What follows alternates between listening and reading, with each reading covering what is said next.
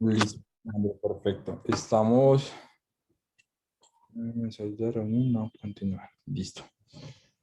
Estamos con Luz, que es residente de cirugía pediátrica, y yo residente de cirugía general. Tenemos a cargo hoy la revisión de trombosis arterial aguda en paciente pediátrico. Vimos conectado ya al profe Barrera y al profe Salamanca, entonces creo que podemos empezar.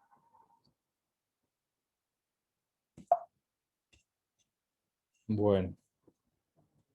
Entonces, con respecto a la trombosis arterial aguda en pacientes pediátricos, lo que está escrito en la literatura, que la verdad pues, es bastante limitado, es una prevalencia en paciente pediátrico de 8.5 por cada 10.000 admisiones a urgencias en este grupo etario.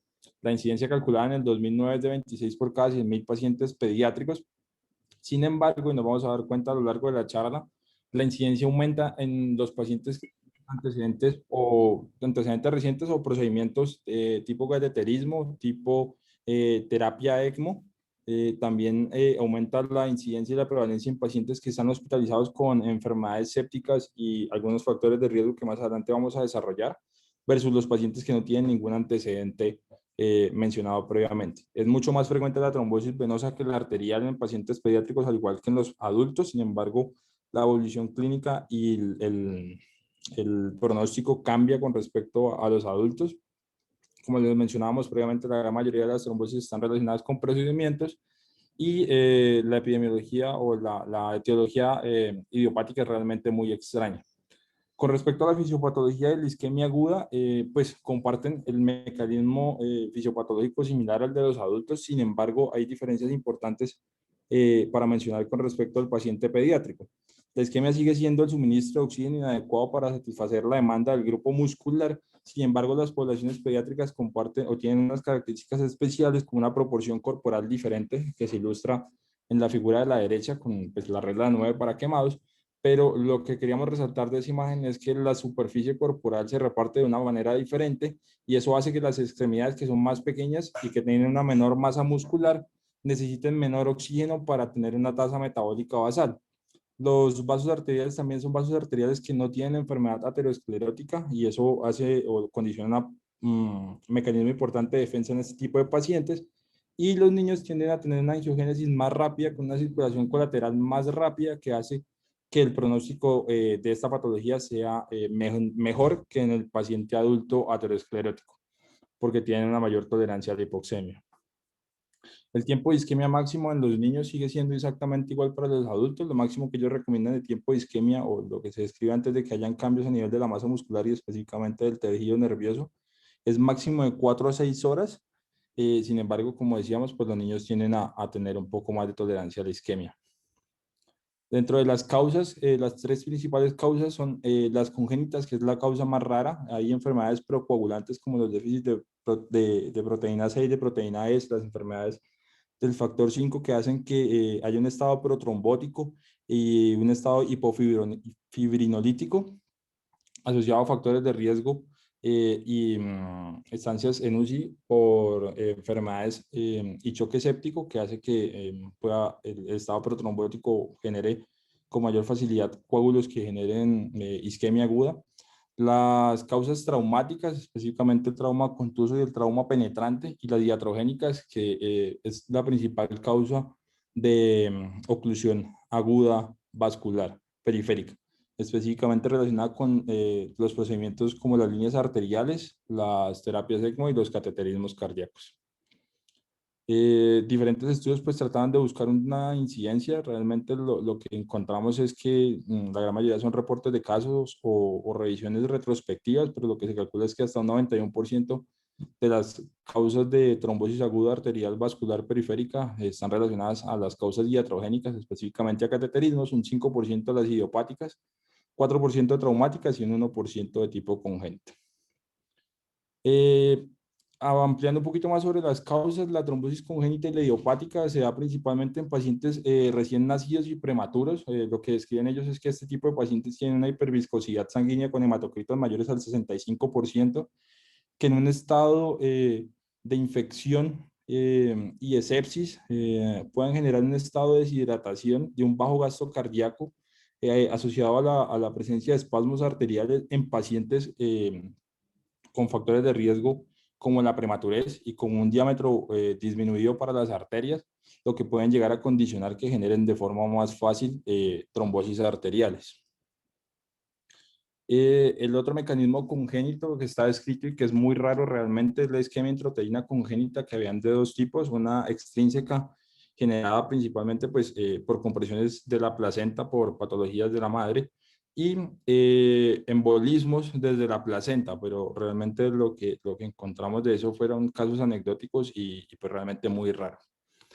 Como mencionamos, los estados de hipercoagulabilidad, los estados de hipofibrinógenos, como los déficits de proteína C, los déficits de proteína S, los déficits de antitrombina y demás estados procoagulantes de tipo congénito. El trauma sigue siendo, pues digamos que una de las causas más importantes a tener en cuenta porque constituye la principal causa de muerte en pacientes mayores de un año dentro del grupo etario pediátrico. Es más frecuente en niños y adolescentes, obviamente, pues digamos que por la edad. La lesión vascular en el trauma realmente es muy poco frecuente, lo encontramos calculado casi hasta en un 2%. Sin embargo, la morbimortalidad, específicamente de las extremidades, es muy importante tenerla en cuenta porque la morbimortalidad en este tipo de causas aumenta, el pronóstico empeora y el riesgo de amputación en estos pacientes pediátricos puede incluso ser mayor que en los pacientes adultos. Dentro de las causas iatrogénicas, pues la cateterización umbilical, que es el procedimiento que más se realiza dentro de las unidades neonatales, es como una de las principales causas, pero también los pacientes con cardiopatías congénitas van a requerir realización de cateterismos cardíacos, líneas arteriales y muchas veces colocación de terapia ECMO. Y en estos procedimientos, pues hay más riesgo de lesión arterial y de isquemia arterial distal en estos casos. Entonces, la cateterización umbilical es uno de los procedimientos que más se realizan en las unidades, son posicionados entre los 2 y los 10.4 días. Y los factores de riesgo para la trombosis, pues es prematuridad, síndrome de dificultad respiratoria, asfixia, infección o sepsis, que tengan un ductus arterioso persistente, síndrome de aspiración de meconio y enfermedad cardíaca congénita. Dentro de lo que describen, hay trombosis en la aorta en el 90% de los casos, que la trombosis se extienda a miembros inferiores el 43%, que se extienda a los renales en el 22% y que solo comprometa a los miembros inferiores en el 66%. Recordemos que la vena umbilical está siempre posicionada hacia las 12 y las arterias umbilicales están siempre hacia las 5 y las 10 del reloj. Entonces, pues se intenta canular, se realiza una incisión justo por encima del borde de sección y se canula por ahí la arteria. ¿Cómo se presentan estos pacientes? Pues el 35% van a ser sintomáticos, pero hasta el 65% de los pacientes van a ser asintomáticos en este grupo. No se sabe si debemos realizar estudios como para buscar estas isquemias agudas en los pacientes que tienen cateterismos umbilicales o si realmente es algo que pues con el tiempo se van a notar como las secuelas que deja este isquemia. En los sintomáticos que pueden presentar, pues isquemia aguda de las extremidades, hipertensión, falla cardíaca congestiva, hallazgos de enterocolitis necrosante, hematuria o trombocitopenia.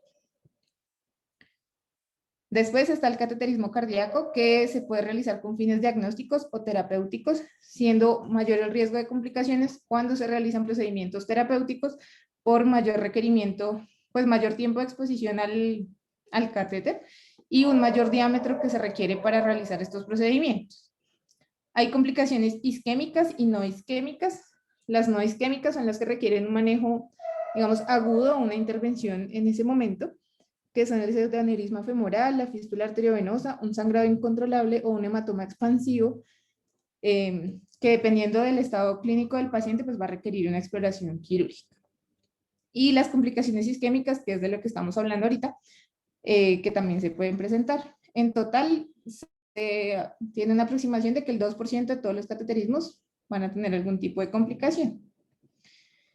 El diagnóstico de estas complicaciones siempre debe estar asociado a la realización de un Doppler. No se recomienda la realización de una angiografía porque pues vamos a tener que manipular nuevamente este vaso que ya está con alguna lesión, entonces se recomienda hacer el diagnóstico temprano por Doppler. Y como les decía, hay algunos factores de riesgo, como la edad menor de 3 años, más de 3 canalizaciones previas, que el manejo sea terapéutico por mayor exposición al catéter y que el catéter sea de un diámetro amplio como mayor de 6 French. En cuanto al ECMO, realmente son más las complicaciones por sangrado agudo que por isquemia. Y lo que está descrito en isquemia es que van a requerir intervención aguda porque son terapias de infusión continua. No es un catéter de corta duración, sino más bien como de larga duración. En niños se recomienda el acceso femoral porque son catéteres de gran calibre o la yugular, pero hay mayor riesgo de lesiones cuando se utiliza el acceso femoral. Las complicaciones van del 10 al 70% y lo que se recomienda, como les decía, es la administración de heparina en infusión. Encontramos un reporte de caso donde utilizaban alteplasa con una dosis inicial de 0.1 miligramos por kilogramo por hora, pero se puede aumentar hasta 0.2, pues en este caso, pero no, que no es como el manejo de acción.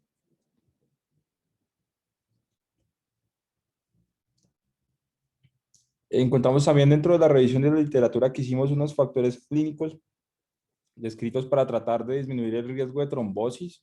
El primero era la optimización del paciente y el manejo de comorbilidades. El segundo es tratar de utilizar una guía ecográfica al momento de hacer el acceso o de realizar el acceso vascular. La preferencia sobre el uso de catéteres blandos de pequeño diámetro sobre los catéteres metálicos. Un ángulo de inserción agudo del catéter y el lavado de catéter con heparina, pues similar al descrito previamente.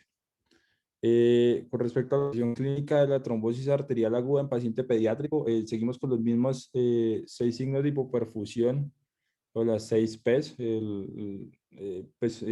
Inicialmente retardo en la perfusión, la palidez, la disminución de los pulsos, examen físico, la frialdad distal o la distermia, la aparición de manchas en piel por la hipoperfusión y por último y más severo, la presencia de déficit sensitivo y déficit motor como signos de isquemia prolongada y avanzada. La foto de la derecha, pues básicamente lo que demuestra es una isquemia ya con necrosis pues seca en la punta de la extremidad y húmeda hacia el tercio medio de la pierna con delimitación de la isquemia como ejemplo de la manifestación clínica. Dentro de los estudios complementarios iniciales, el índice tobillo-brazo en los pacientes adultos, como lo revisamos la semana anterior, pues puede ser de mucha utilidad para tratar de determinar si un paciente tiene isquemia crítica o no. Sin embargo, lo que encontramos descrito en la literatura sobre el paciente pediátrico del índice tobillo-brazo es que hay muy poca utilidad de la utilización de este examen físico, porque lo que describían es que hasta el 58%, o sea, casi la mitad de los pacientes pediátricos pueden tener un índice tobillo-brazo menor de 0.9 de forma natural y eso hace que el estudio pierda su validez. Los otros estudios complementarios que son útiles en este tipo de patología, pues es el duplex que se puede hacer al lado de la cama, que no requiere un insumo mayor, no es un examen costoso, sin embargo, pues obviamente como siempre y como todo estudio ecográfico va a necesitar personal entrenado y la disponibilidad para poderlo realizar. Y unos estudios más avanzados que si bien son bastante sensibles y específicos, no están recomendados como el estudio de ingreso, por el grupo etario en el que nos encontramos y pues por la disponibilidad. Específicamente la angioresonancia y el angioresonancia de Angiotac y la arteriografía o angiografía como el estudio, como el gold estándar previo para procedimientos de tipo diagnóstico e intervencionismo, pero con todas las salvedades de hacer un estudio invasivo en un paciente pues pediátrico. Ya entrando directamente al manejo médico, vamos a describir las lesiones o los tipos de lesiones grandes y el manejo médico que está descrito en la literatura. La primera lesión, yendo de menos o de más leve hacia severo, son los espasmos arteriales que se pueden dar por la canalización de algunos de los vasos, específicamente pues, de los arteriales, con una disminución del calibre de hasta un 50% y generando compromiso vascular agudo.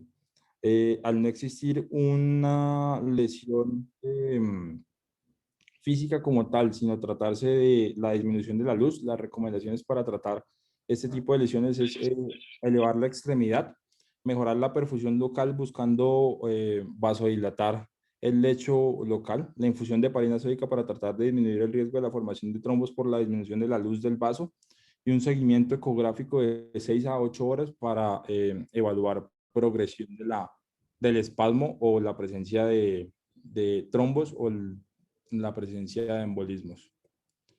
Con respecto a la oclusión arterial, y es ya corresponde a la presencia de un coágulo o de un trombo que va a ocluir completamente la perfusión distal. La recomendación inicial del manejo es retirar siempre el acceso vascular si está presente, tratar de mejorar la perfusión local, el calor local, perdón, para generar una vasodilatación y mejorar la perfusión. El uso de vasodilatadores está interrogado y está descrito en casos anecdóticos, pero podría llegar a ser una terapia coadyuvante.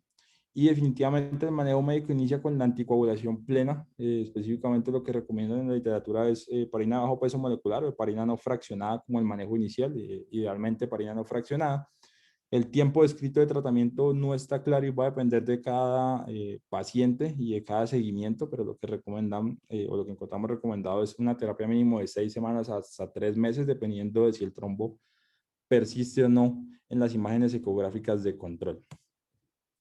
Lo que hablábamos un poco de las terapias anticoagulantes que están descritas en los pacientes pediátricos, los más utilizados son la heparina no fraccionada y la heparina de bajo peso molecular, que comparten un mecanismo de acción similar. Sin embargo, lo que dicen ellos es que la heparina no fraccionada puede tener una acción más rápida, entonces la recomendación es utilizarla en el caso agudo. La heparina de bajo peso molecular se utiliza en el seguimiento de los pacientes cuando se llevan anticoagulaciones prolongadas, porque de pronto su mecanismo de acción específico y su farmacocinética hace que sean un poquito más predecibles en el tratamiento versus el otro medicamento, versus la no fraccionada. Y está escrito también la utilización de warfarina. Sin embargo, la administración y la dosificación de este tipo de medicamentos en los pacientes pediátricos es muy difícil porque no hay una presentación que permita hacer un cálculo exacto. Entonces, lo que hacen es como diluir la tableta y administrarlo, pero pues no es tan fácil administrar la dosis correcta. Con respecto a anticoagulantes orales nuevos, pues no hay nada descrito y por eso la recomendación básicamente es parenteral o con no fraccionada o con una bajo peso molecular. Entonces, como hablábamos del tratamiento médico, la anticoagulación plena se hace con heparina bajo peso molecular, una dosis de 1 miligramo kilogramo cada 12 horas en el paciente pediátrico. La no fraccionada inicia el manejo con un bolo de 100 unidades por kilogramo en infusión y después continuar una infusión en bolo, perdón, y después continuar una infusión de 28 unidades o 20 unidades dependiendo de la edad del paciente pediátrico. Como les decíamos, está escrito el uso de vasodilatadores. Específicamente es un reporte de caso de una paciente de 2 meses de edad con una oclusión del miembro superior derecho, que creían que es de tipo congénita, donde se utilizó inicialmente una terapia con heparina no fraccionada a 28 unidades kilogramo hora por 16 horas, pero adicionaron una terapia con milrinone como efecto, pues para lograr un efecto vasodilatador sistémico y pulmonar, tratando de disminuir también la antiagregación plaquetaria. Lo que describen ellos es que 48 a 72 horas después de la administración del milrinone con la heparina, la isquemia estaba completamente resuelta y había desaparecido el trombo en el control ecográfico. La recomendación posterior después de iniciar la terapia anticoagulante es, dependiendo de cada institución, realmente no encontramos como una guía estándar de manejo, pero en varias guías describían la utilización de trombolisis posterior a la utilización de heparina no fraccionada en los pacientes en los que no resolvía el trombo dentro de las primeras 24 horas. Lo que más está descrito es la utilización de un activador tisular de plasminógeno, que es el mismo TPA, a una dosis de 0.5, pues de 0.1 a 0.5 miligramos kilogramos hora en infusión por 6 horas como terapia coadyuvante. Obviamente tener siempre en cuenta la precaución del uso, pues por ser un trombolítico sistémico, y obviamente tener siempre en cuenta las contraindicaciones de trombolisis pues de traumas del sistema nervioso central reciente o sitios de sangrado activo que puedan aumentar el sangrado. Este es un algoritmo de manejo de lo que llevamos hasta ahora. Básicamente lo que ellos recomiendan al principio pues obviamente de la sospecha de la isquemia como tal, la primera recomendación es retirar el acceso vascular. En este caso y en este tipo de literatura lo que manejaban eran cirujanos plásticos y hematólogos porque describían técnicas microquirúrgicas Los hallazgos compatibles clínica y paraclínicos con isquemia de la extremidad en el paciente pediátrico inician con una heparinización. En este caso utilizaban 75 unidades por kilogramo y después lo dejaban una infusión de 25 unidades kilogramo hora titulados por PTTs. Si el paciente tiene una indicación absoluta de manejo quirúrgico, como la isquemia completa, los cambios pregangrenosos, los cambios en sensitivos y motores de la extremidad, iban inmediatamente a un manejo quirúrgico, que ya vamos a describir más adelante. Pero si el paciente no tiene una indicación clara de manejo quirúrgico y completaba el manejo con la heparinización, la recomendación es utilizar la trombolisis con el RTPA. Si el paciente mejoraba después de la RTPA con una terapia de 6 horas, la indicación era continuar la anticoagulación por al menos 7 a 10 días, aunque se puede llevar hasta incluso los 3 meses, dependiendo de los controles ecográficos. O si definitivamente la heparina, la trombolisis, no hacían que la isquemia resolviera y la hipoperfusión y la necrosis continuaba, o no había una mejoría clínica, la indicación quirúrgica es el siguiente pues, eslabón del tratamiento. ¿Qué se ha escrito del tratamiento médico? La mortalidad en el tratamiento médico en el paciente pediátrico puede ir hasta un 19%, que es, digamos, que el desenlace primario más importante, pero también se han encontrado desenlaces secundarios a largo plazo, como la discrepancia en el tamaño de la extremidad o en la longitud de la extremidad y la presencia de claudicaciones intermitentes en la edad adulta de hasta un 15% y complicaciones relacionadas con la terapia anticoagulante hasta un 3%. Lo que describían inicialmente en algunos estudios de manejo médico era que el resultado del manejo médico o el no quirúrgico o el quirúrgico puede ser mayor al quirúrgico. Sin embargo, hay que tener en cuenta que hay unas indicaciones claras de manejo quirúrgico que no deben pues retrasar el manejo. Este era un estudio del 2012 en un hospital pediátrico en Texas. Lo atendía básicamente el grupo de cirugía plástica, pero había un autor principal. Atendió 30 pacientes desde 1997 hasta el 2005 con un diagnóstico físico y por Doppler de una trombosis arterial periférica. De los 30 pacientes, 11 pacientes terminaron en manejo quirúrgico. 2 pacientes de esos 11 pacientes requirieron manejo con trombolisis previo al manejo quirúrgico y 19 pacientes fueron manejados de forma médica con anticoagulación y optimización de su patología de base. Lo que ellos destacan de este artículo es la efectividad inicialmente del Doppler. Las lesiones que encontraron en los Doppler de los 11 pacientes que fueron a manejo quirúrgico se correspondieron con los hallazgos intraoperatorios. Y lo otro que ellos querían resaltar es que de los 30 pacientes, 23, perdón, lograron una resolución completa de su patología sin necesidad de requerir amputación. Hubo mortalidad de 5 pacientes dentro del manejo quirúrgico y el manejo conservador, pero las mortalidades fueron relacionadas con patologías de base, no directamente relacionadas con la isquemia. Y lo otro que ellos querían resaltar es la efectividad del manejo médico, que iba casi hasta un 80%. De los manejos médicos que ellos hicieron, 2 después de iniciar el manejo médico requirieron tratamiento quirúrgico solamente. Entonces, ¿cuándo abortar el tratamiento médico y cuándo iniciar con el manejo quirúrgico? Cualquier compromiso de la extremidad dado principalmente por déficit motor sensitivo, cambios en la piel compatibles con necrosis o con pérdida de tejido, la indicación ideal o inicial debe ser el tratamiento quirúrgico de entrada. Las salvedades que ellos hacían o lo que encontramos reportado en la literatura es que los pacientes menores de 2 años y medio se benefician siempre de tratamiento médico siempre y cuando no cumplan con alguna indicación de manejo quirúrgico urgente, y los pacientes mayores de 2.5 años sin compromiso urgente de la extremidad se deben ir a tratamiento médico con la heparinización, evaluar la posibilidad de trombolisis y si la evolución clínica es insatisfactoria, llevar a tratamiento quirúrgico. No hay consenso sobre el momento real para realizar la intervención. Se ha escrito que las intervenciones tardías en los pacientes con isquemia tienen una morbimortalidad aumentada, pero también las intervenciones quirúrgicas en pacientes que realmente no lo necesitan, como aquellos que presentan solo un espasmo, que en el momento del diagnóstico inicial no es fácil detectarlos, pues también puede tener una morbimortalidad aumentada. Por eso es importante como lograr llevar al paciente al manejo quirúrgico en el momento, digamos, preciso. ¿Cuáles son las indicaciones sí o sí para manejo quirúrgico? Pues clara lesión arterial identificada, que el paciente curse con síndrome compartimental, que haya una falla en la respuesta al manejo médico luego de 6 a 8 horas para sospechar más un espasmo, más una lesión vascular que un espasmo, perdón, y que tenga alguna contraindicación para la anticoagulación, como que tengan un sangrado intracraneal asociado. De lo que más encontramos de manejo quirúrgico, pues son los pacientes llevados a cateterismo cardíaco.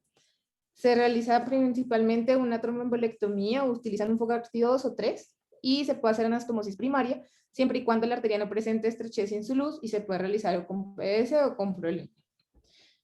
Cuando existe una estenosis de mayor del 30% de la luz del vaso, se va a requerir realizar, se pueden remodelar los bordes, si es necesario colocar un injerto, pues se puede tomar de la safena y se realiza la angioplastia primaria.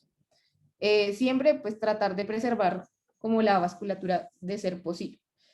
El problema de estos procedimientos es que los pacientes pediátricos tienen una luz muy pequeña y muchos de estos procedimientos requieren de la intervención del,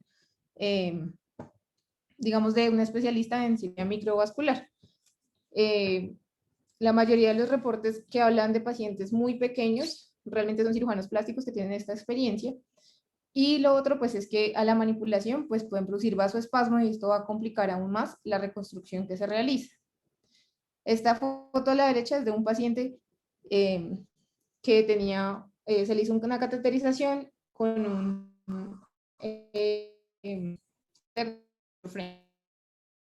se pudo hacer la reconstrucción primaria y en este caso, pues, no requirieron el uso, pues, del microscopio.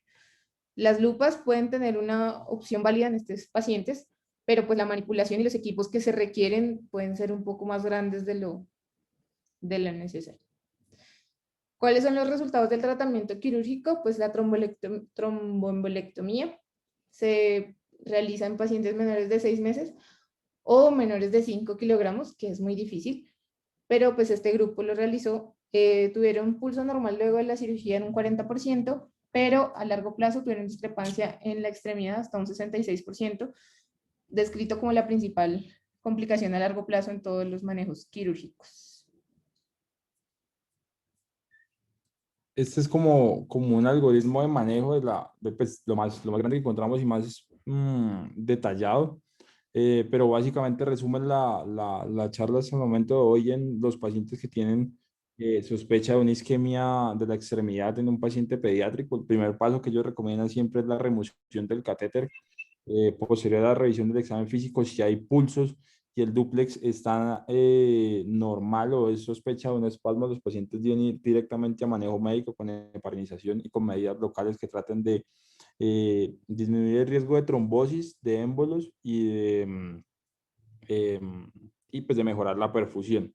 Si hay evidencia en el dúplex de lesiones trombóticas segmentarias sin compromiso de isquemia crítica, llámese isquemia crítica por déficit neurovascular especialmente, o déficit o compromiso de tejidos blandos, los pacientes deberían ir a terapia con infusión de heparina no fraccionada idealmente y hacer una imagen de control. Lo que yo recomiendo es de 5 a 7 días después. Si los pacientes tienen directamente compromiso, ya sea por parálisis, por pérdida de pulsos, por frialdad distal o por compromiso de los tejidos blandos, deberían irse inicialmente a heparina, pero debería considerarse el manejo quirúrgico inicial de entrada. Ese es otro estudio, pues algo viejo, donde trataban de mostrar los desenlaces a largo plazo del tratamiento específicamente quirúrgico en el paciente pediátrico. Lo que ellos encontraron después de operar a niños menores de 6 años con déficit vascular agudo era que los pulsos normales posteriores al procedimiento no superan el 63%, es decir, que hay un 40% de este tipo de pacientes que se van a quedar sin un pulso perceptible, lo cual puede repercutir en la perfusión de la extremidad. Una mortalidad que supera el 14%, más alta que la reportada para adultos, una discrepancia en la longitud de la extremidad de hasta un 16%, que no es, pues digamos que nada menor, y hay que tener en cuenta esta consideración para la vida futura de los pacientes que tenemos. Y lo que sí está escrito y claramente demostrado a lo largo de la literatura es que los resultados de manejo quirúrgico en pacientes pediátricos menores a 2.5 años son peores que en el manejo de los adultos de los pacientes de edades avanzadas, y es básicamente por lo que les explicaba a luz de los tamaños de las arterias, que son mucho menores, y pues una sensibilidad del grupo etario como tal. Con respecto al manejo de trauma vascular periférico, pues no nos vamos a atender mucho en esto porque se revisó la semana anterior. Hay un caso de un paciente que vimos hoy, que el doctor Barrera quiere que compartamos. Lo vamos a compartir ahorita al final de la charla, pero básicamente el manejo de trauma vascular periférico relacionado, eh, pues lo vamos a ver, y se habló y se discutió la semana pasada, entonces no vamos a hacer énfasis en esto. Y por último, para terminar, lo más grande que encontramos de estudios con respecto a la isquemia aguda en paciente pediátrico fue este estudio desarrollado en el 2018 y reportado o publicado en el Journal of Vascular Surgery.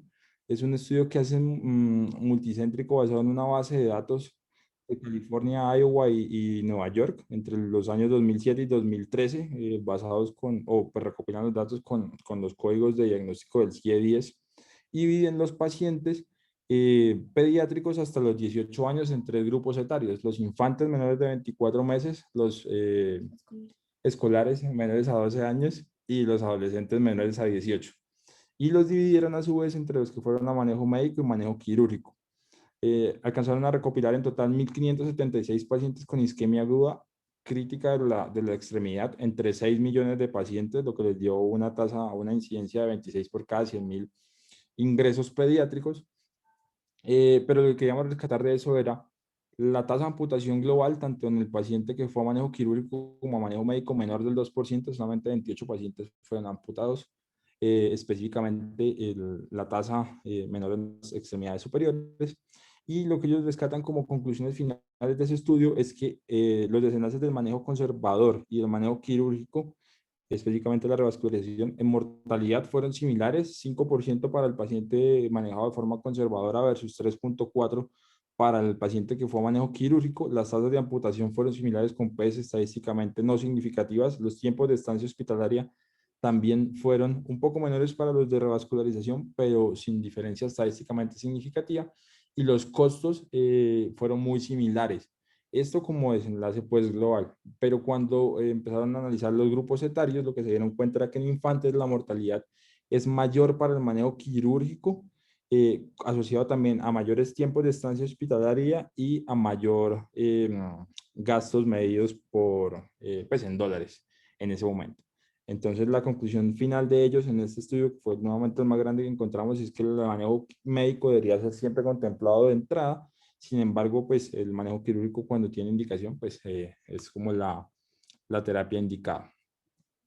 Este es como un desglose de las tablas que ellos utilizaron para demostrar sus resultados. Pues acá importante destacar que el manejo quirúrgico lo intentaron más que todo en pacientes mucho mayores, pues teniendo en cuenta que el diámetro es más pequeño en los pacientes más chiquitos, pero la tasa de amputación pues realmente no varía mucho. Y lo otro pues es que los adolescentes tienen mayor trauma periférico, y pues no, digamos que no tienen una relevancia en cuanto si es extremidad superior o extremidad inferior, pero sí en cuanto a la etiología. Lo que hablábamos de la mortalidad es el primer recuadro en rojo, el manejo conservador versus el operatorio de tipo pues, o revascularización abierta. No hubo diferencia en la mortalidad entre ambos manejos, entre los tres grupos etarios. Hubo algo de diferencia a nivel de los tiempos de estancia hospitalaria, sobre todo en los pacientes pequeños menores de 2 años, a favor del manejo conservador por menor tiempo de estancia. El resto pues, de la variable en los otros dos grupos etarios fue similar, sin P's estadísticamente significativas. Y lo que hablábamos de los gastos generados en el tiempo de hospitalización, mucho mayores para los pacientes menores de 2 años que fueron llevados a procedimiento quirúrgico. Por eso una de las conclusiones es: este tipo de manejo quirúrgico no está indicado de entrada en los pacientes más pequeños, salvo que tenga las indicaciones previamente descritas. Listo. Eso con respecto a la charla, y queríamos presentar el caso del paciente que vimos hoy en consulta a manera pues, de aplicar un poco lo que vimos hoy en la charla. Y pues dejamos después el espacio abierto para la discusión y para los comentarios complementarios pues, de los profesores. Es un paciente que vimos hoy en consulta, se vio en cardioinfantil en el 2019, es un paciente de 9 años que viene remitido desde Tunja, con una impresión diagnóstica de un niño que venía andando bicicleta, tiene un accidente en calidad de conductor de bicicleta con una fractura de fémur distal del miembro inferior izquierdo que atienden inicialmente en el hospital de Tunja, hacen una reducción y una osteosíntesis de la fractura supracondilia del fémur distal, una Salter Harris 2, un Gustilo 1, y remiten por pues evolución tórpida posterior al procedimiento quirúrgico. El examen físico de ingreso cuando el paciente llega a cardioinfantil es un paciente que se encuentra completamente estable. El hallazgo al examen físico del miembro inferior izquierdo, que era el que estaba comprometido, estaba cubierto por, eso está tomado de la historia clínica, con un vendaje. No habían estigmas de sangrado en el vendaje, había un llenado capilar de la extremidad de 3 segundos, estaba más fría la extremidad inferior izquierda y ya tenía signos de neuropraxia con un pie caído.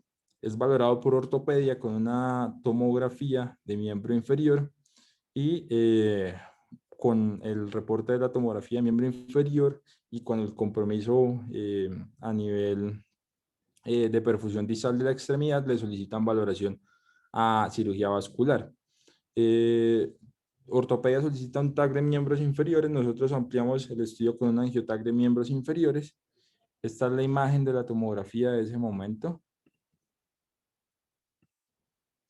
Básicamente este es abdomen inferior, se ve la división de las ilíacas, se ve la ilíaca externa, la ilíaca interna para dar las ramas, la ilíaca externa volviéndose femoral debajo del ligamento. Ya se dividió en femoral superficial y femoral profunda. Esta es la femoral superficial. Todavía estamos ahí como el tercio medio del fémur, pero en este punto,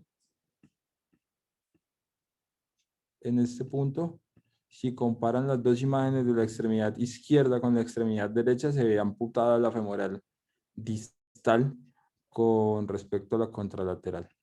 Se ve amputada, se ve una imagen de una densidad de líquido con unas unidades Hounsfield similares a sangre, con algo de burbujas de aire en su interior, pues, en el interior de la colección que interpretó el radiólogo con posibles signos de sobreinfección.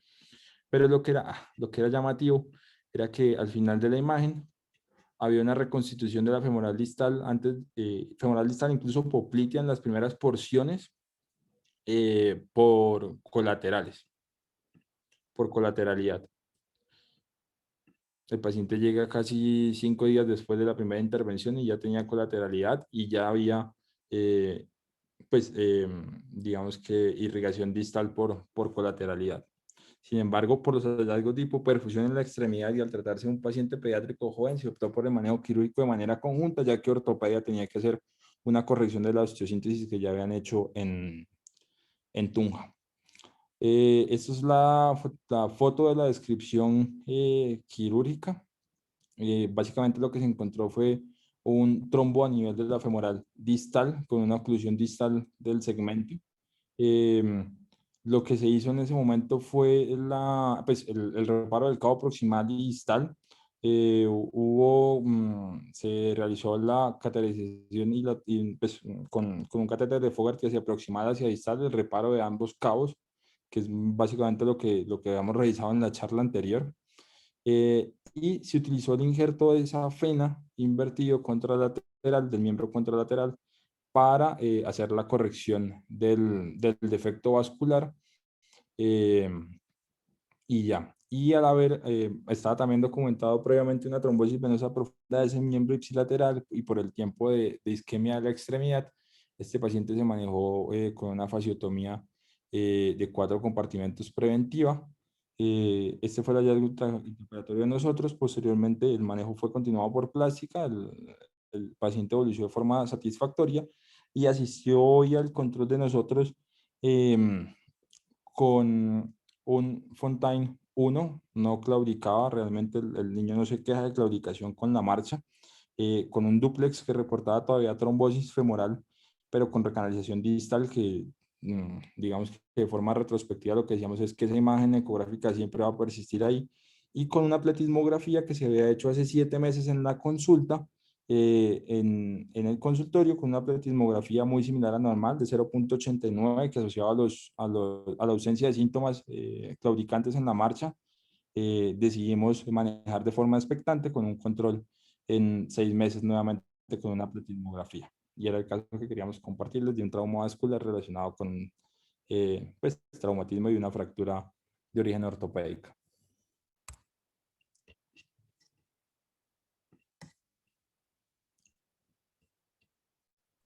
Muchas gracias, doctores, por la presentación, tanto al doctor Delgado como a la doctora Garzón.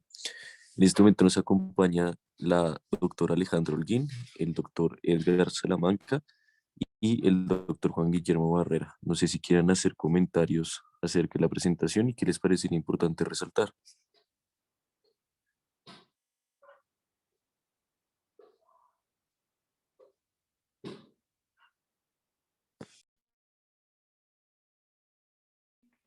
Buenas noches. Bueno, yo quiero felicitar a Luz y a Diego porque hicieron una buena presentación concisa y útil para todos, tanto para los estudiantes como para residentes y para nosotros. Yo, en los casos que he visto, he tenido sobre todo lesiones arteriales y trombosis secundarias a trauma y a iatrogenia. He tenido algunos casos como el que presentaron ustedes, en los que pacientes de cirugías de ortopedia tienen lesiones arteriales, bien sea porque ponen el material de osteosíntesis muy cerca a la arteria y hace vasoespasmo y hacen trombosis arterial, pero también he tenido casos en los que atraviesan la arteria con los tornillos pues, que usan ellos. Entonces, en esos casos, así como hicieron ustedes, me parece que, bueno, la indicación sí es quirúrgica y cuando hemos tenido casos de trombosis, a veces como mostraban en la presentación, solamente con un catéter de Fogarty se puede hacer el manejo y les va bien y anticoagular los pacientes. Pero, por ejemplo, en los casos que hemos tenido que lo que hacen es atravesar la arteria, pues ahí hay que hacer resección y anastomosis.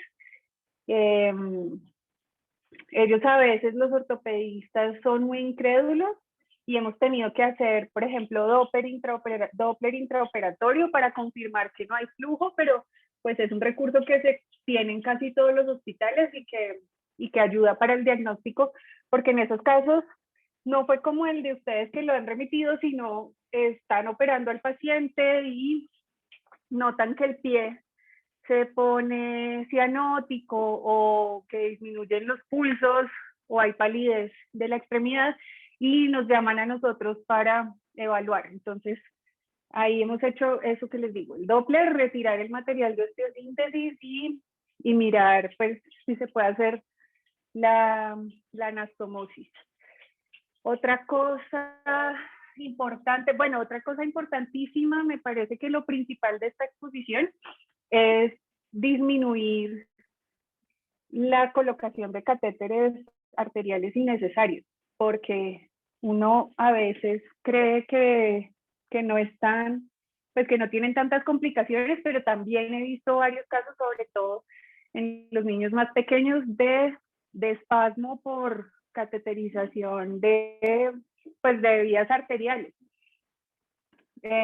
Alguna vez yo le preguntaba al doctor Barrera qué hacer cuando en la UCI no pueden canalizar una arteria y nos piden hacer una disección de las arterias para canalizarla. En esos casos hemos visto que hacen más espasmo y hacen isquemia de la extremidad. Entonces de pronto él ahorita les comenta lo que me contestó en ese momento, pero pues también es importante de lo que dijeron, que el manejo médico es muy útil y la anticoagulación realmente es la que va pues a primar en el manejo.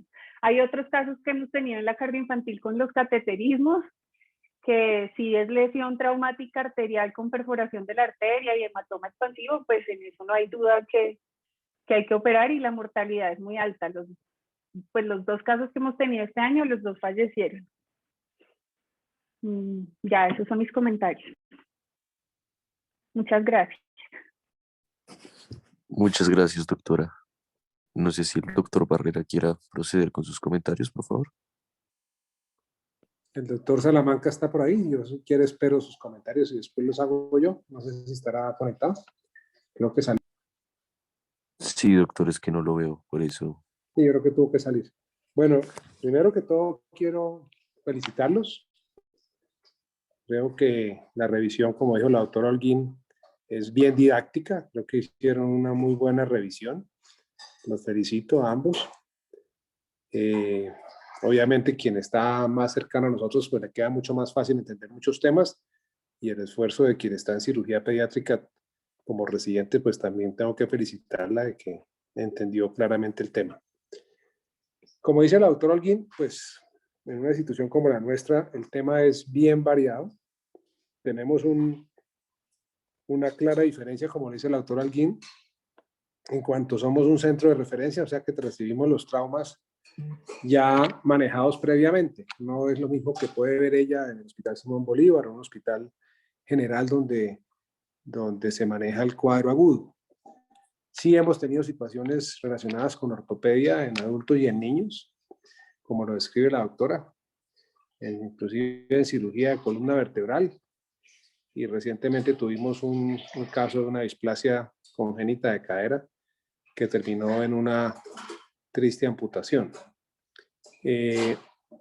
Lo más frecuente que tenemos, obviamente por nuestra misión y nuestro fundamento de la cardioinfantil, pues son niños menores de 24 meses, y de verdad que hay que tener mucha experiencia realmente con la decisión, porque como queda claro con evidencia científica y claramente revisada por ustedes, en esos pacientes chiquitos es muchísimo mejor, claro, estando al lado del paciente, vigilando su evolución, poder definir el manejo médico. Yo quiero, como siempre, que hacemos esta revisión, destacar el uso de la heparina no fraccionada o la heparina sódica, que me parece a mí que a veces se nos olvida y estamos en los niveles académicos hospitalarios y de estudiantes y se nos enreda un poco la cabeza con los nuevos anticoagulantes, con las heparinas de bajo peso molecular, y les puedo contar, por ejemplo, que no hay heparinas de bajo peso molecular en Colombia en este momento. Tenemos pacientes adultos a los cuales no se les puede poner ni siquiera intrahospitalario heparina de bajo peso molecular. Pues para que ustedes vean que uno no sabe en qué momento las situaciones cambian, y a veces las instituciones y a veces las mismas empresas prestadoras de salud no les pueden dar esas heparinas a los pacientes. Entonces, los invito a no olvidar la noble heparina fraccionada. Y ese comentario es porque es el acceso más importante para un médico general en todos los niveles. Hacerlo pensar y si lo piensa, iniciarlo. Entonces, claro, nosotros tenemos un contexto muy complejo de pacientes, por ejemplo, ahora que estamos con los pacientes de ECMO, los pacientes posoperatorios de cirugías muy complejas cardiovasculares, cuando presentan una complicación de estas, que ya se ha podido dar cuenta Diego, yo creo que en un mes y medio hemos tenido casi 4 o 5 pacientes de este tipo, que afortunadamente hemos tenido que intervenir, pero tenemos catástrofes cuando el paciente tiene cardiopatías asociadas. Es un paciente de estos que tiene una cardiopatía compleja. Lo primero que hace que la circulación periférica falle es la falla de la bomba cardíaca. Entonces, nunca podemos olvidar que hay que contextualizar la situación. Hay pacientes con hipoplasia de las arterias periféricas, hipoplasia de la aorta, pacientes con comunicaciones interventriculares, pacientes con persistencias de ductus que hacen que la circulación periférica se disminuya y que esos pacientes cursen con hipoperfusiones asociadas a su patología de base. Entonces, cualquier procedimiento que le realicen en estos pacientes va a ser aún más complejo, desde la colocación de una hernia arterial como las punciones para la toma de muestras y exámenes de sangre y los cateterismos. Entonces, es importantísimo mirar el contexto. Los pacientes a veces anticoagular, hay que, obviamente, en manejo interdisciplinario con cuidado intensivo, con el médico tratante cirujano cardiovascular que operó su corazón, definir riesgo-beneficio si podemos anticoagularlo. Pero en principio, el objetivo más grande de la anticoagulación no es resolver la trombosis, y lo replico cada día en la consulta con mis estudiantes y con los residentes. El uso de la heparina es para evitar que se extienda el trombo. El trombo se resuelve solo por el sistema fibrinolítico del paciente. Lo que nosotros tenemos que hacer con la heparina es evitar que el trombo progrese anterogradamente y retrógradamente. A veces, por no poner heparina, perdemos 1, 2 o 3 colaterales porque se extiende el trombo. Entonces, ese mensaje clarísimo hoy. Hay que anticoagular mientras que se toma la decisión, mientras que viene el cirujano pediatra, mientras que viene el cirujano vascular. Ese paciente tiene que estar anticoagulado en el momento en que sospechamos que tiene cambios isquémicos en la pierna, en la extremidad, el miembro superior, etc. Entonces es lo más importante. A la sospecha y al diagnóstico, así no tengamos Doppler ni confirmado, iniciar la heparina sódica, que es noble, que si el paciente lo tienen que operar, se cierra la heparina, a la hora puede estar en el quirófano, si le tienen que poner catéteres, si no tienen que poner más procedimientos, ese paciente con heparina sódica no pasa nada. Entonces, es una de las bondades, las ventajas de más de 70 años de evolución de la heparina sódica o fraccionada. Acuérdense que esta heparina se descubrió como un analgésico y se dieron cuenta que tenía efectos anticoagulantes. Esa es la historia bonita de la heparina sódica o la no fraccionada. Y esta también tiene un efecto analgésico. Cuando uno la usa y dice, uy, ¿cómo mejoró el paciente? Es porque tiene efecto analgésico distal y ayuda muchísimo al control de la distermia y ayuda a mejorar la perfusión distal, tiene un efecto vasodilatador agregado. Entonces, esto lo menciono por la observación que hace la doctora Holguín, muy sabiamente con cuando hay que disecar las arterias de los niños porque nos tocó operarlo o porque tocó hacer una disección abierta para hacer una cateterización, el niño hace un espasmo inmediato. Estos espasmos se comportan como una isquemia aguda. Entonces, la medida más importante, podemos infiltrar la adventicia con heparina sódica de la arteria y podemos disecar esta adventicia y hacer una simpatectomía quirúrgica en los 360 grados de la arteria. Al quitar toda esta capa adventicia se produce un efecto vasodilatador distal porque estamos seccionando el sistema simpático, como si cortáramos el nervio simpático en la cadena simpática lumbar. Eso es muy importante tenerlo en cuenta porque al hacer la anastomosis, hacer la rafia, si no hemos podido pensar en esta posibilidad, nos va a hacer un espasmo inmediato que significa que no va a tener flujo, ni Doppler, ni pulso distal, simplemente por la manipulación de la arteria, y entre más pequeño y más joven el niño, más severo es el espasmo. Entonces, esas son tal vez 2 recomendaciones. El uso de la heparina sódica e infiltrar la adventicia tiene efecto vasodilatador igualmente por bloqueo, y hacer un desviamiento y retiro de la adventicia en un segmento de medio centímetro o 1 centímetro de la arteria. Con eso logramos el bloqueo simpático. Entonces eso a la inquietud que me parece bien importante para los residentes y para los médicos. La otra cosa muy importante es eso, hay que estar con el paciente, hay que evolucionarlo, hay que estar mirando la evolución de este paciente. Nuestras enfermeras son, mejor dicho, unas flechas veloces con los pacientes en pillar al minuto que hay cambios. Y voy a mencionar algo que parece tonto, y es que retiran un catéter o hacen un cateterismo y nos llaman para hacer un dúplex y para ver un paciente con isquemia. Y le han dejado todavía la compresión sobre el vaso femoral. Eso es bien repetitivo y lo quiero que lo tengan presente. Si uno tiene fenómenos isquémicos, tiene que quitar los vendajes compresivos de las arterias femorales o braquiales. Porque he visto casos hasta que les hacen el dúplex con la compresión puesta. Entonces, lo más importante es iniciar anticoagulación ante los cambios, retirar la compresión, que siempre se deja una compresión sobre el sitio de punción. Estas compresiones a veces se dejan hasta el otro día. y entonces tiene los pacientes con isquemia de la pierna y no le han retirado la compresión. Se retira la compresión y mejora la perfusión de la pierna, se le mejora la cianosis, porque pues obviamente ha sido intervenido previamente y el que está cuidando que no tengamos un hematoma ni un pseudoneurisma, al otro día no está ahí, y quienes ven el paciente no piensan en que lleva mucho tiempo con esta compresión. Entonces es un llamado de atención importante e iniciar la heparina. Después confirmamos con el Doppler. A veces entre más pequeñitos es más difícil con el duplex color diferenciar qué es espasmo y qué es trombosis. La solución más rápida es ver el flujo del segmento proximal y estudiar muy bien el flujo del segmento distal. Porque en el mismo sitio a veces por el diámetro de los vasos es muy difícil saber qué es espasmo y qué es trombosis. Entonces simplemente mirando el flujo distal y como decía, la neoangiogénesis y la circulación colateral entre más pequeños el niño es más efectiva. Entonces ve uno que a veces parece que hubiera recanalizado la trombosis y es que se activaron una cantidad de ramas colaterales que hacen y salvan la extremidad y cambian de inmediato la perfusión de la extremidad sin que el paciente tenga pulsos y a veces no tiene flujo todavía central en la arteria que está comprometida.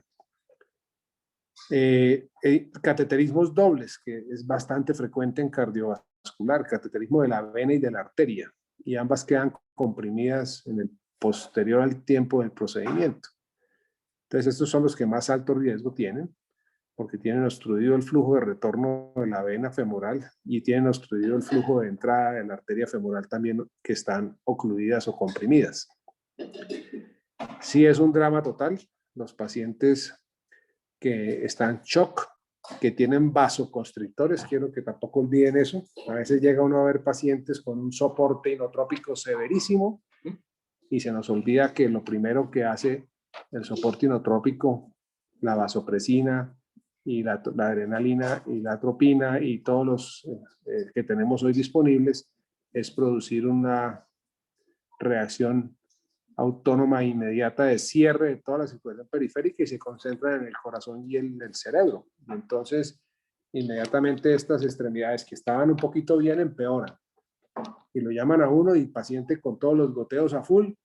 Y uno dice, bueno, ¿le podemos cerrar algo de esto? No, imposible, pues si no se puede, tampoco podemos anticoagularlo. O sea, mejor dicho, va uno a documentar la crónica de una muerte anunciada de la extremidad. Porque el vasoconstrictor más el shock, más la hipovolemia, más la politransfusión, más la compresión, más la isquemia, pues eso se vuelve una cascada de no reversa. Entonces siempre es importante. Ya quedó muy bonito la presentación del mirrinone.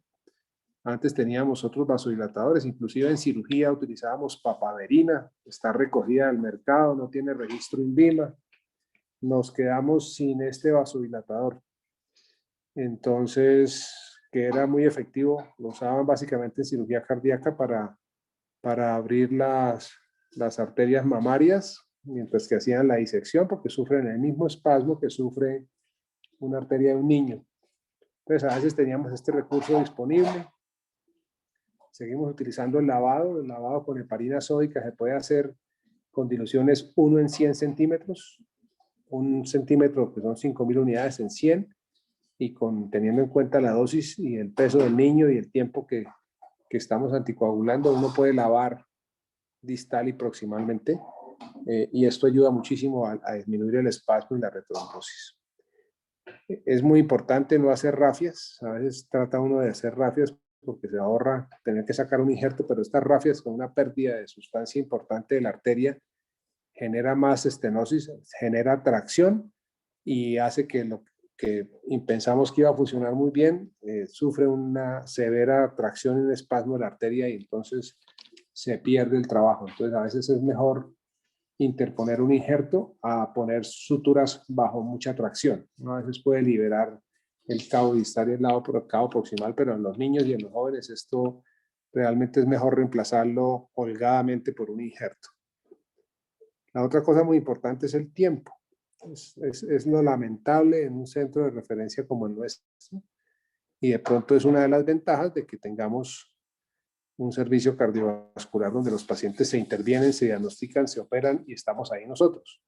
Entonces tenemos una ventaja con los niños menores, pero una gran desventaja con los adolescentes que sufren trauma, que nos llegan tardíamente. Esos eran de pronto mis comentarios de refuerzo, que me parecen puntuales y que deben tener en cuenta en todos los niveles de la formación médica.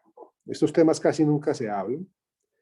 Estos temas a veces pasan como si todo el mundo los supiera y les agradezco mucho el énfasis, la idea de Diego y de Sebastián Gómez de invitar al servicio de pediatría y vincular a la doctora Holguín con quien hemos compartido casos muy bonitos y algunos casos pues también muy lamentables, pero un placer trabajar con ella, un placer poder compartir con ustedes este espacio. Y yo creo que será el destino, pero la doctora Holguín la persigue en los casos vasculares y por eso compartimos muchas situaciones. De verdad, muchas gracias. Espero que haya muchas preguntas. No sé, Sebastián Gómez, Diego, si tengan alguna. Perdón, antes, dos cositas iba a decir adicionales. Pues también muchas gracias al doctor Barrera. Es cierto que me persiguen los casos y ya, bueno, tengo afinidad con el tema. Y también le agradezco mucho por todo lo que me ha enseñado en esos casos que hemos tenido, que sí han sido también muy bonitos y he aprendido mucho de él. Y gracias por invitarme a la reunión y por invitar al servicio y a Luz también por hacer parte de la revisión. Y quería comentarles dos cosas especialmente para Luz, pero también los residentes de cirugía general. Es que nosotros no tenemos tanta experiencia en hacer, por ejemplo, injertos, en sacar una vena y poner el injerto y todo, y en hacer anastomosis. No hay que tener miedo tampoco de hacer un shunt con una sonda y remitir el paciente a un centro como la cardioinfantil donde van a manejarlo bien, porque también he visto casos de cirujanos que no, como pues nosotros no tenemos tanta experiencia, no lo hacemos frecuentemente, esto es algo infrecuente.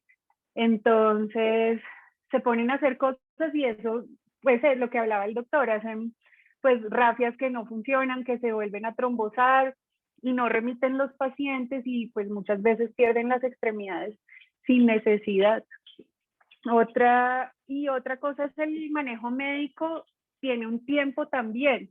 Uno no puede decir, no, esto es manejo médico y póngale anticoagulación y me voy, sino que si no funciona el manejo médico tampoco hay que tener miedo de operar al paciente. Y también desde el principio, si uno está en un sitio donde no se cuenta con un servicio de cirugía vascular o con la experiencia, remitir pronto a esos pacientes. Y otra cosa que hablaba el doctor de los pacientes que cateterizan, también yo he visto los tamaños de catéteres, por ejemplo, en pacientes que les hacen hemodiálisis, niños pequeños, neonatos o lactantes, les ponen catéteres muy grandes, majurcas, y solamente por oclusión hacen isquemia de la extremidad. Puede que el catéter esté en la vena, pero son catéteres muy grandes. Entonces, si hay isquemia, acuérdense también que es muy fácil retirar los catéteres y empezar la anticoagulación y muchos de esos pacientes solo con eso mejoran. Ya esos comentarios adicionales. Sí, excelente observaciones, doctor Holguín. Me parece que el shunt, que digamos entra dentro del control de daños, del damage control que tanto se promulga, es muy sencillo porque es simplemente utilizar un catéter de venoclisis y con esto se hace un lazo que une el cabo proximal con el cabo distal, mantiene circunferencialmente esta venoclisis intraarterial y queda con flujo distal mientras que se puede resolver de manera definitiva. A veces la gente quiere hacer, pero no tiene los diámetros de las suturas, no tiene un Fogarty para hacer una embolectomía. Los lavados se pueden hacer con una sonda número 8 de Nelaton, de las que tenemos casi siempre en todos los hospitales, y no tener miedo con el lavado proximal y distal y colocar un shunt. Sí, de acuerdo. Y también en esos casos, por ejemplo, yo he tenido casos, lo que les contaba de ortopedia, que lesionan la poplitea y ahí pues es muy difícil tener el acceso y hacer anastomosis, hay que hacer injertos. Entonces, en esos casos uno puede hacer eso, el shunt, muy fácil y lo remite. De acuerdo, muy importante, muy bonita esa observación. Más preguntas. Sebastián, Diego, Paula, que con Paula manejamos otro caso muy triste de ligadura de la arteria. Si nos puede mencionar algo, Paula, Camila.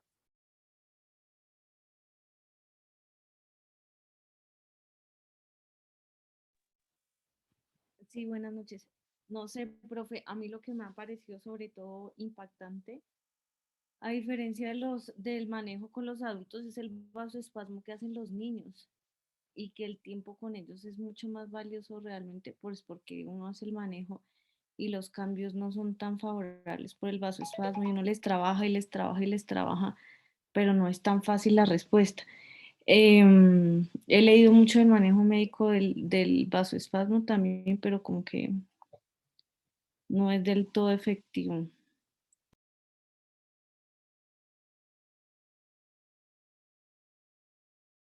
De acuerdo, yo creo que la intervención temprana, las intervenciones tardías en los niños son bien difíciles. Así como algunos niños agradecen muchísimo lo que uno les hace, hay otros que cobran el tiempo y por más de que uno intente, es difícil resolverlas.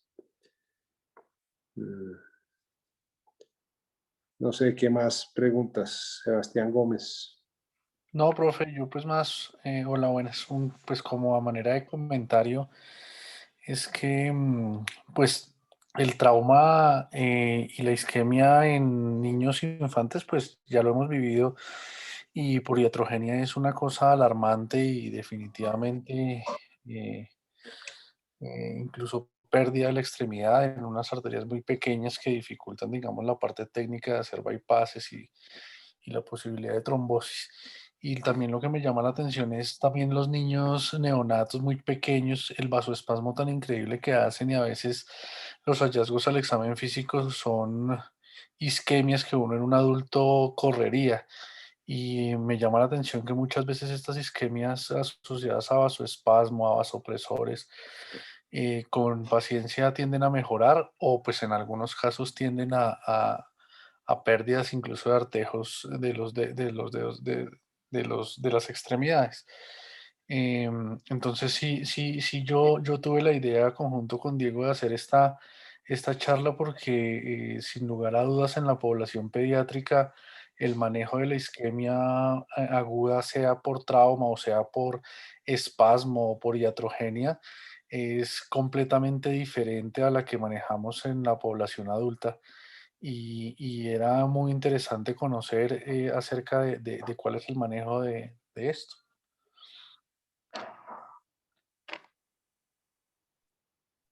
Muchas gracias, perfecto.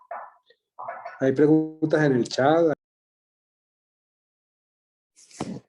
Solo nos hicieron llegar una, doctor, de manera anónima.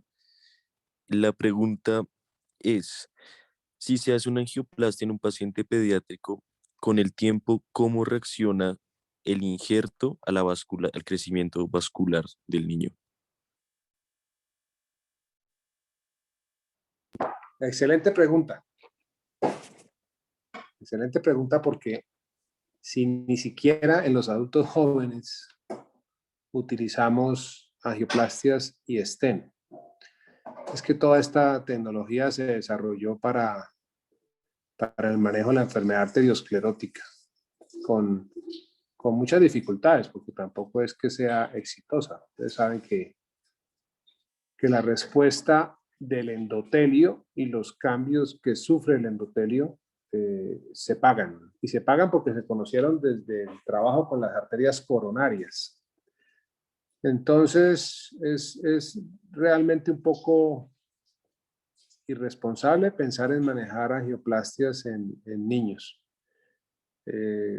Funcionan en algunas situaciones muy escasas, por ejemplo en aorta, que puede presentarse algún tipo de complicaciones, pero en arterias periféricas, es mejor la conducta quirúrgica, no hay evidencia.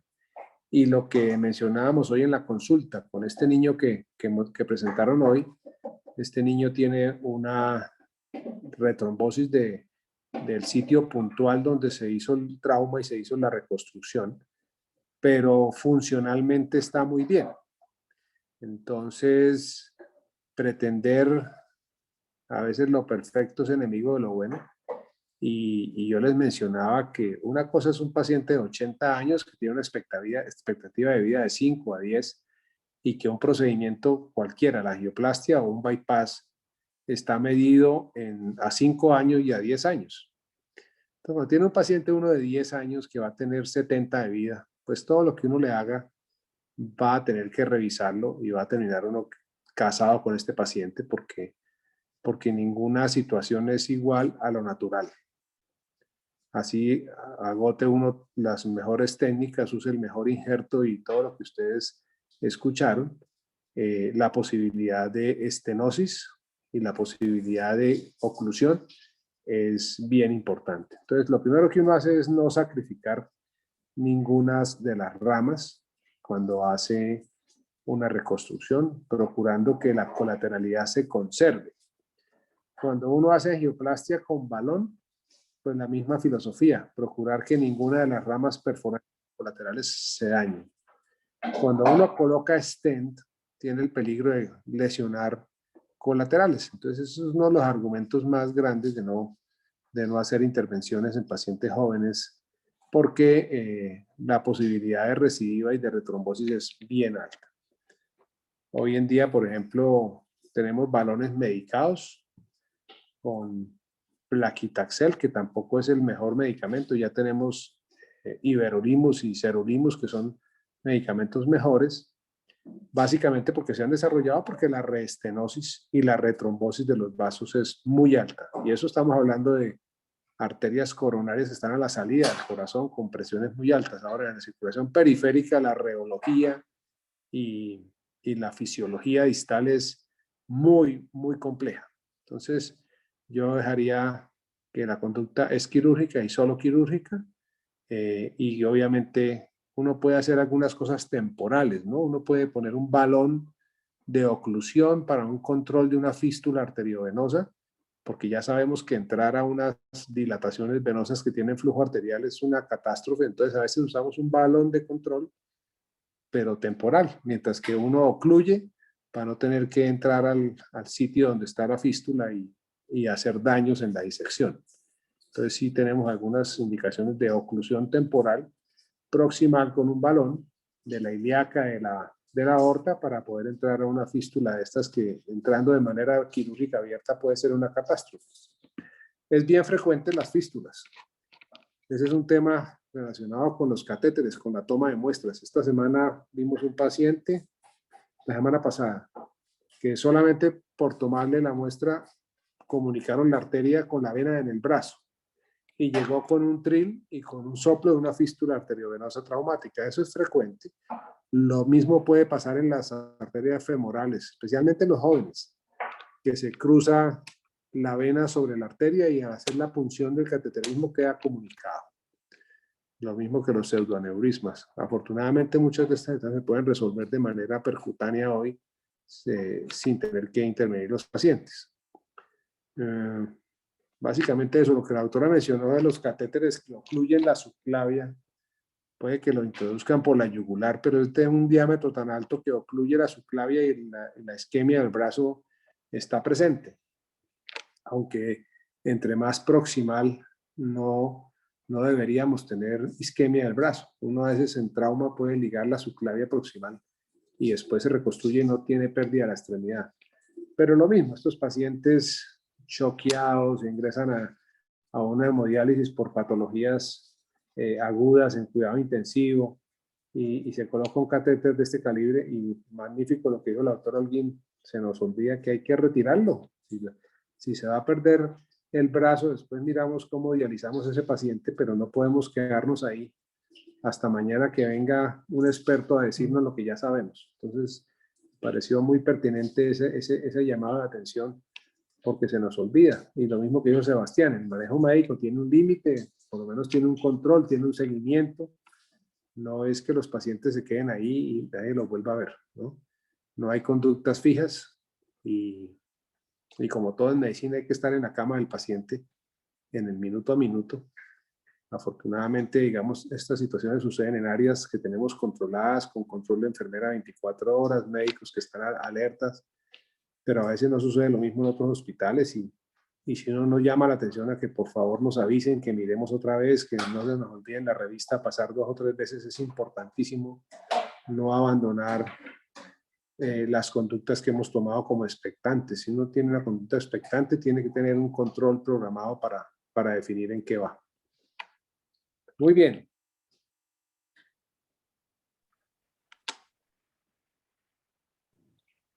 Listo. Creo que el doctor Felipe Pulido tiene otra pregunta. Profe, muy buenas noches a todos. Primero, pues, felicitar a los expositores, que fue un tema muy interesante y que es un tema que inclusive, pues, creo que la mayoría de los médicos generales no teníamos ni idea acerca de este tipo de patologías.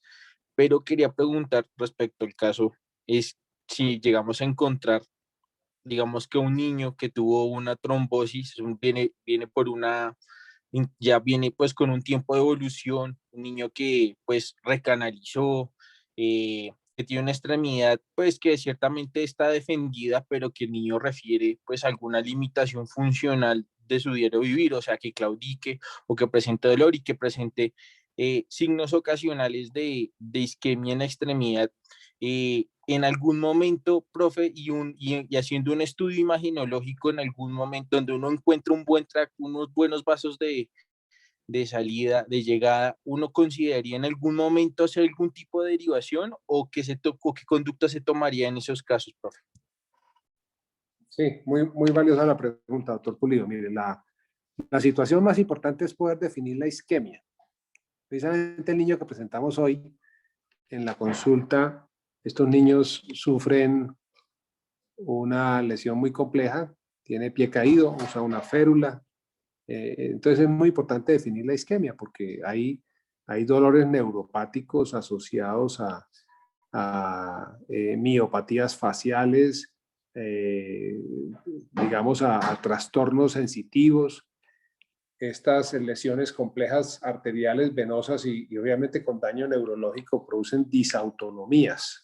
Entonces uno a veces ve a estos pacientes, dependiendo de la temperatura ambiente, que llegan pálidos y morados y después de que uno les cambia la temperatura, el aspecto cambia, pero este niño no ha tenido ninguna limitación para caminar, para brincar, para saltar. Entonces es muy importante definir la isquemia. Por eso nos acompañamos, obviamente, de una imagen anatómica, como puede ser el dúplex, inclusive en una angiotomografía, pero como pasa en todos los territorios, uno puede tener tapadas 4 coronarias, pero las 4 no se las van a operar, operan las que tienen isquemia. Entonces hay que definir la isquemia y lo más importante es el índice tobillo-brazo, pero más importante que eso es la clínica. Entonces fíjense que Diego en la presentación hizo mucho énfasis en un Fontaine 1. Un Fontaine 1 es que este paciente que vino a la consulta, a pesar de tener una lesión puntual obstructiva, caminaba y camina 30 cuadras sin problema. Claro, tiene una férula posterior por el pie caído, tiene dolor, entonces le asociamos un índice tobillo braquial que estaba en 0,85. Entonces, con estas dos cosas y la clínica, este paciente no amerita que le hagamos nada. Situación diferente si encontramos un índice tobillo-brazo por debajo de 0,4, un paciente que no puede caminar para desplazarse al baño, entonces ya estamos pensando en una isquemia limitante y este paciente posiblemente necesita una intervención. Obviamente estamos hablando del paciente crónico tardío. Una cosa muy importante a estos pacientes que se nos olvida, este paciente hay que hacerle seguimiento entre más niños y más pequeños en seguimiento con ortopedia. Hay que hacer seguimiento muy importante porque a veces hay compromiso del disco epifisiario de crecimiento, tanto de la tibia como del fémur.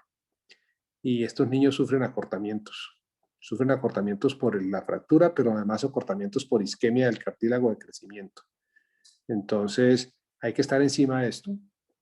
evitarle los imbalances porque empiezan a tener acortamientos de la extremidad. Entonces este niño que vino hoy con férula posterior por pie caído, ya le pusieron una plantilla por acortamiento de la extremidad. Tiene atrofia muscular y tienen distrofias simpáticas reflejas también asociadas al tiempo que estuvo isquémico el músculo. Y obviamente sufre el nervio, isquemia de Goldman, sufre el músculo, sufren los tendones, tienen atrofias musculares. Estos niños debe estar uno realmente en manejo interdisciplinario, con fisiatría, con terapias, pero la ventaja del niño es que el niño se hace su propia terapia y lo que hay que es insistirle a los papás que los dejen caminar, correr, hacer sus actividades normales que a veces se nos olvida y pues obviamente por el temor, pero el niño es el mejor fisioterapeuta de su patología. Entonces eso me parece bien importante la pregunta, doctor Pulido, y definir qué es neuropático, qué es distrófico, qué es autonómico y qué es isquemia, que es el punto más importante. El hecho de tener lesiones oclusivas con circulación distal en un solo nivel es muy poco probable que produzca isquemia. Las isquemias se presentan casi siempre con dos niveles. Si tiene una oclusión ilíaca y tiene una oclusión femoral. A veces estenosis críticas, ni siquiera que estén tapados 100%. Una estenosis del 70% ilíaca más una estenosis del 70% femoral se comportan como una oclusión y puede producir limitaciones. Entonces uno opta por mejorar la más proximal, tratar una y no tratar las dos. No se justifica una cirugía tan extensa. Con recuperar el flujo a la femoral profunda es suficiente. Se me olvidaba ese punto que acabo de mencionar. Es muy importante, uno no sacrifica nunca ninguna rama de la arteria femoral. Es importantísimo. Si tiene que hacer dos injertos, uno a la femoral superficial y uno a la femoral profunda en la ingle, tiene que hacerlo. La única arteria que salva la extremidad es la profunda. Puede taparse la superficial en el canal de Hunter, en el sitio de la rafia, pero si uno asegura una buena reconstrucción de la profunda, la extremidad no se pierde. Es como si uno asegura una buena reconstrucción de la subclavia, no tiene que reconstruir la humeral.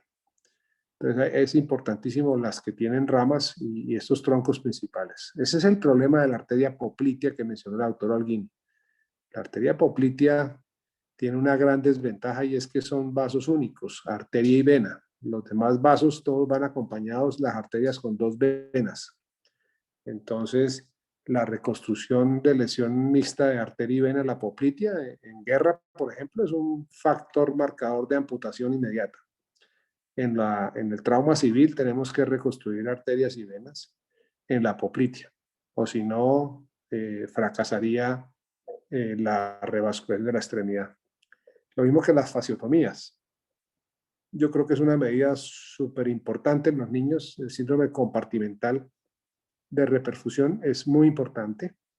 Puede haber reperfusión, por ejemplo, con el caso que contaba la doctora Holguín, con un Majorca y lleva 8 horas y la isquemia en la mano 8 horas. Usted retira el Majorca, pero tiene que hacer seguramente fasciotomías del brazo. Lo mismo la extremidad. Paciente que estuvo en ECMO y duró isquémico 10 horas. Ese paciente hay que estar muy atento al retiro de la cánula, mejorar el flujo y hacer una fasciotomías para evitar la reperfusión y el síndrome compartimental de la extremidad, que eso sí hace perder extremidades. El síndrome compartimental. Creo que invitamos a un ortopedista a este espacio y pudimos tener claro muchas cosas relacionadas con este síndrome.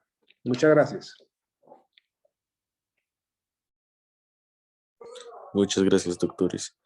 Creo que la doctora Holguín quería hablar antes de que alzara la mano el doctor Pulido. No. Listo, doctora. No sé si alguien más tenga alguna otra pregunta.